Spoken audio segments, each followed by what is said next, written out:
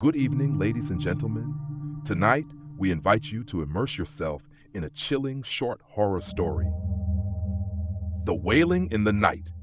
The boat swayed violently on the dark river. I clung to the side, my heart pounding in sync with the uneasy ripples below. The faint glow of the crescent moon barely pierced through the murky skies. We huddled together in the cramped cabin, silence hanging heavy in the air. The two burly men rowing the boat exchanged glances and tapped gently on the wooden roof, signaling that we had reached a temporary safe spot. "You'll have to walk from here," one of them muttered, pulling back the tarp to reveal the swampy shoreline.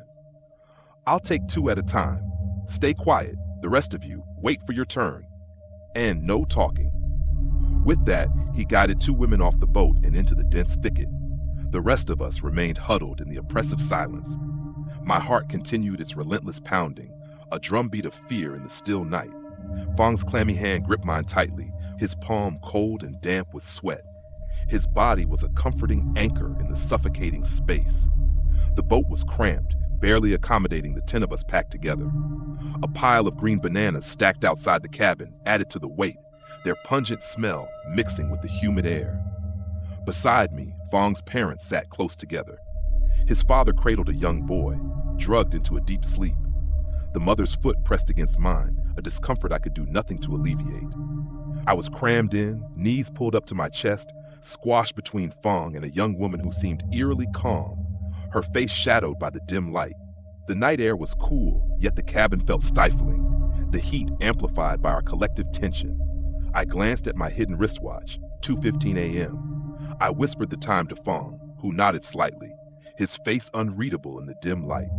The man steering the boat sat motionless, his hawkish eyes occasionally catching the moonlight, giving him an almost spectral appearance. His long, crooked nose and wide, gap-toothed grin were unsettling, softened only by the dimples that formed when he smiled. The guide returned, his breath hot against my face as he leaned into the cabin. He called out for the man with the child, who stumbled out, clutching the boy tightly. He vanished into the shadows, his silhouette soon swallowed by the night. The guide's companion was a stark contrast. Dressed in a wrinkled shirt and tattered pants, his thin frame moved with a deceptive grace.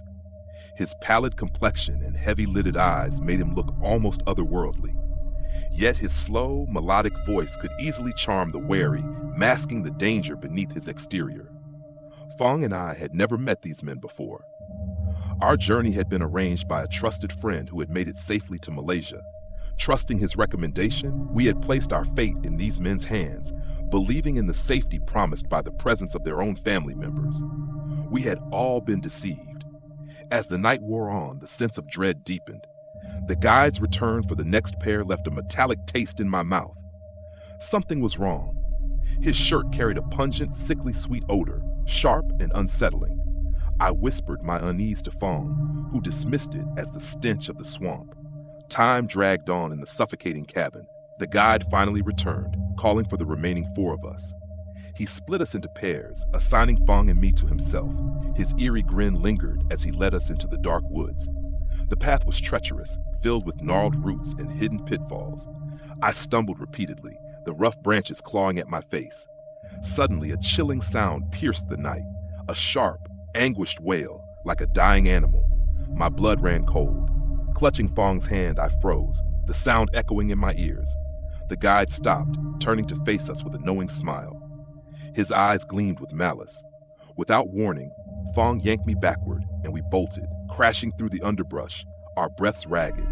The twisted branches and shadowy trees closed in around us, each step taking us further from the boat and closer to an unknown fate. Finally, we stumbled back to the riverbank, gasping for air. There, under the pale moonlight, a gruesome scene awaited. Fong's mother lay motionless, her body twisted grotesquely, her clothes torn. The guide's companion, Van, stood over her, a sinister grin plastered across his face. His hands were bloodied, a crude weapon glinting in the moonlight.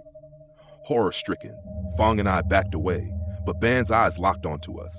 A guttural shout from the guide echoed through the trees, and Van lunged towards us. Fong grabbed my hand, pulling me towards the water. We plunged in, the icy river swallowing our cries. Gunshots rang out, the bullets slicing through the water around us.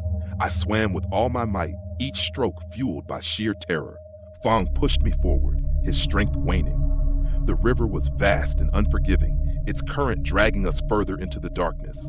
The shouts and gunfire faded into the distance, but the fear remained, clinging to us like a second skin. Hours seemed to pass before we finally reached the opposite bank. Exhausted, we collapsed onto the muddy shore, our bodies trembling. The nightmare had ended, but the echoes of the wailing in the night would haunt us forever. The river had claimed its victims, and we were left to bear the scars of a journey that promised freedom, but delivered only horror. Thank you to all the listeners for daring to tune in. Goodbye, and we eagerly await your presence in the shadows of our next story.